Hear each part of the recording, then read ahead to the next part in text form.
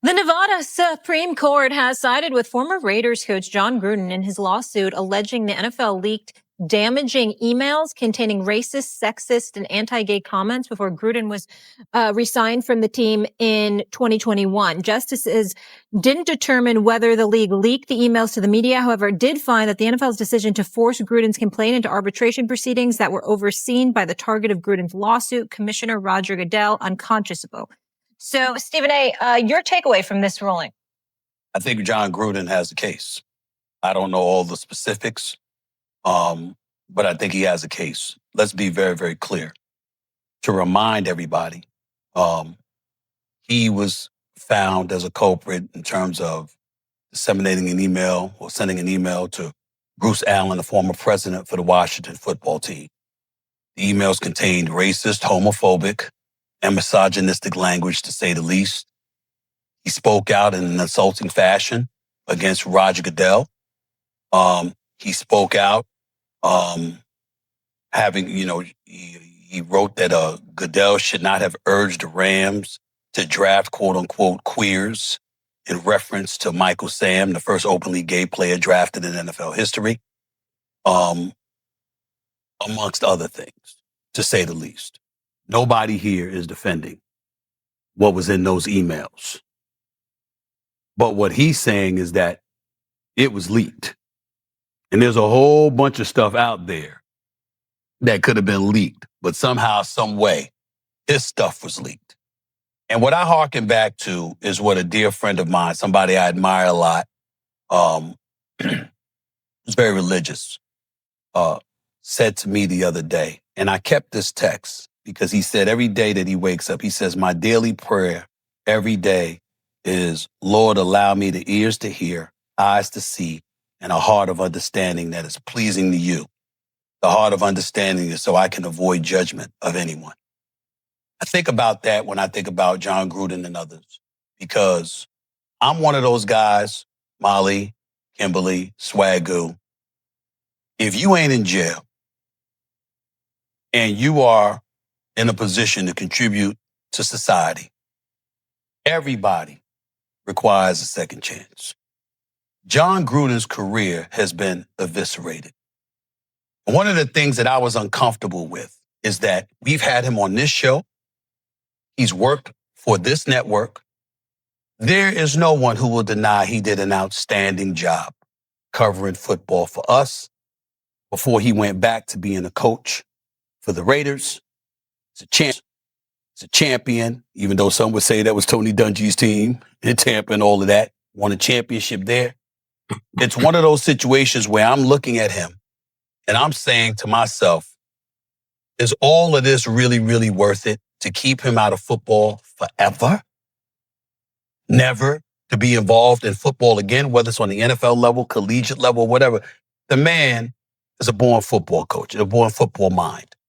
And so, again, recognizing how egregious those emails were, not apologizing for it by any stretch of the imagination, he should be made to speak on that publicly and what have you, but he should have the opportunity to make amends. And if he can't make amends, are we saying that that applies to everybody, that nobody is allowed to make amends? He has a case because he's the one that ended up paying the price for this when there's a whole bunch of people involved in the National Football League that was sharing those kind of sentiments. He got caught, and that's on him.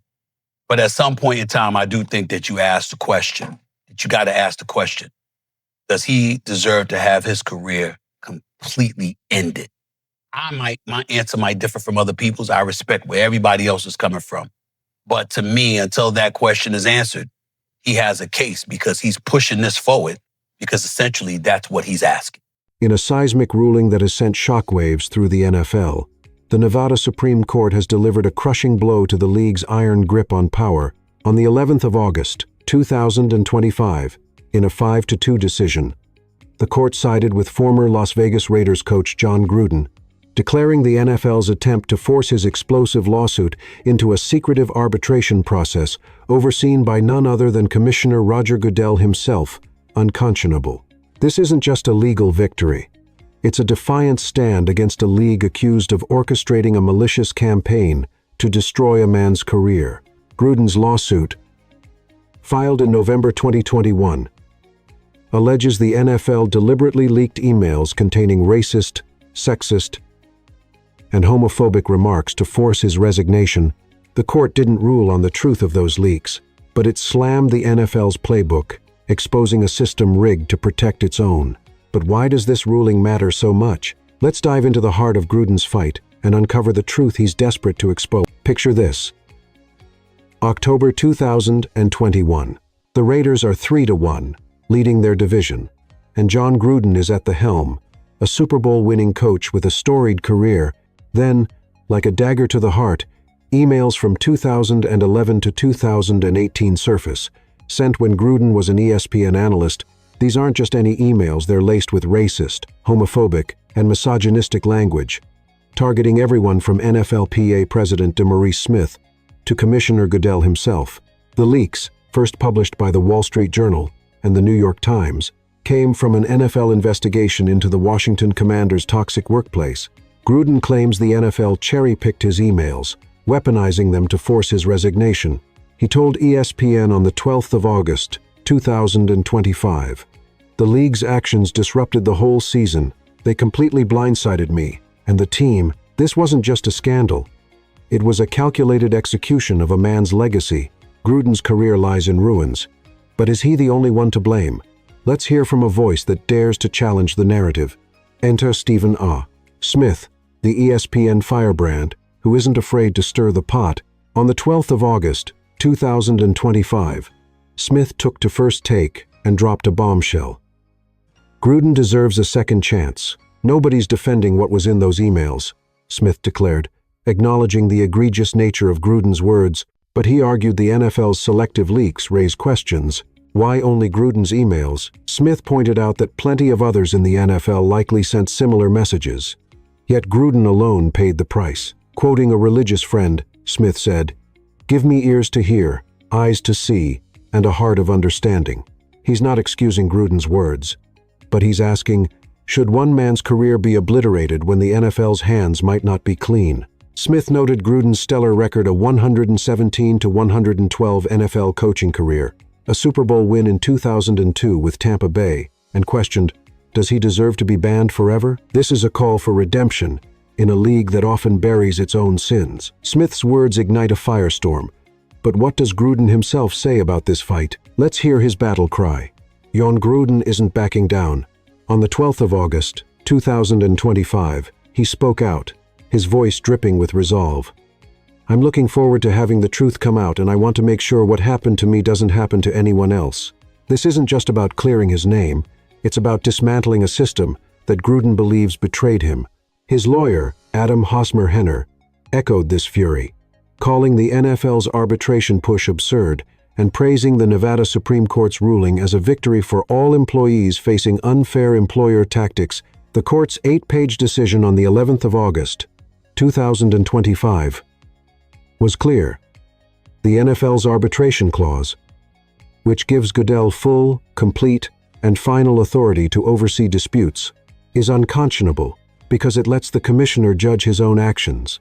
Gruden's fight is now a beacon for those crushed by corporate power, demanding accountability in a public courtroom. The NFL isn't taking this lying down. What's their next move?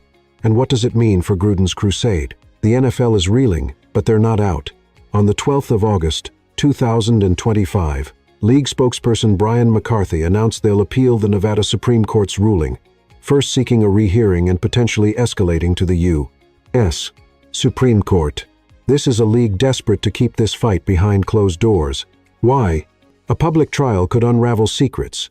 The NFL doesn't want exposed secrets about who leaked those emails and why they targeted Gruden during a critical 2021 season when the Raiders were 3-1.